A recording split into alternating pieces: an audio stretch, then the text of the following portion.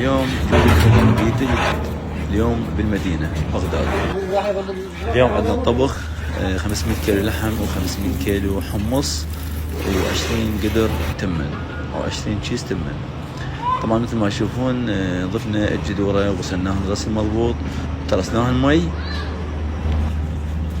عندنا البنوتات جاي يباعن للطبخ. طبعا مثل ما تشوفون خلينا القنان الغاز ورتبنا ترتيب بين ما يجي اللحم. وهاي البنوتة طبعا طبيعتي احب البنوتات الصغار خاصة بايام محرم، ينطن جمالية الفيديو وهنهم حلوات، ربي يحفظهن ان شاء الله.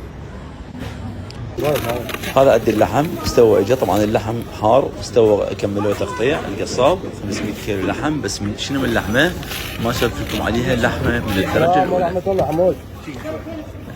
ذبح عجوله 3 بس العجوله يعني ما يتراوح عن العجل 150 كيلو او 160 كيلو. هاي عندي 500 كيلو قسمناهن على كل جذر تقريبا 50 او 49 او 48 يعني، بس هو شنو مقارب للقياس مالته.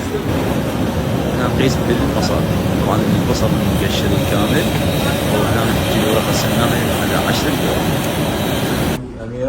طبعا جابوا لنا العشاء، ربي يوفقهم ان شاء الله ويحفظهم ويعود عليهم ان شاء الله. وهذا كادرنا المميز. هسه بدينا بلشنا بالتمن. هنا ابو جاسم وابو محمد جاي يضيف التمن ويخوض بيه. هسه هذا التمن مبسول ومرشوش عليه هيل.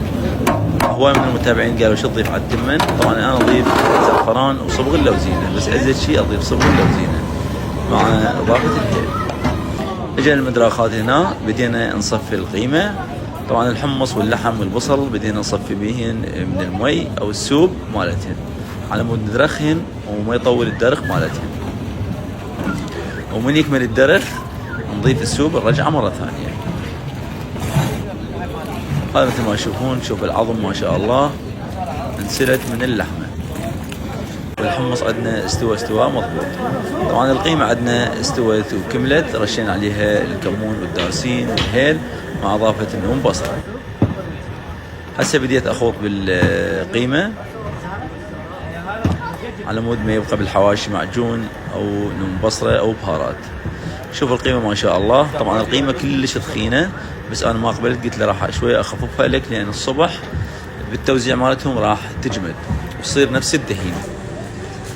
عندي هذا التمن ما شاء الله، ما سولف لكم على التمن والطعم مالته والشكل. هاي مثل ما تشوفون، وهاي الحكاكه. طبعا الحكاكه ان شاء الله راح اسوي لكم فيديو خاص لها شلون راح نسوي الحكاكه بالقدر. صبت التمن وضفت الحكاكه. طبعا الحكاكه ما سولف لكم عليها صارت ضجه. وهاي القيمه، طبعا القيمه على حساب المضغوطين واللي ضايجين من عندي شلون انشر فيديوهات، وهو كتبوا بالتعليقات القيمه مالتك مو طيبه ما اعرف شنو، واقول لكم على حسابكم. وهاي على حساب المتابعين، وهاي القيمه من الدرجه الاولى. ما راح اقول لكم الاول على العراق، بس ان شاء الله الاول عليكم، بس للمضغوطين. هاي القيمه طبعا فد شيء روعه. شوفوا هاي اللقطه، طبعا شويت بيها قلت لهم اقطعوا الكاميرا. فهسه مثل ما تشوفون شلت منه كمال البزل مال التمن. شلون هاي القيمه ما شاء الله. طبعا هاي القيمه بعد ما مخيط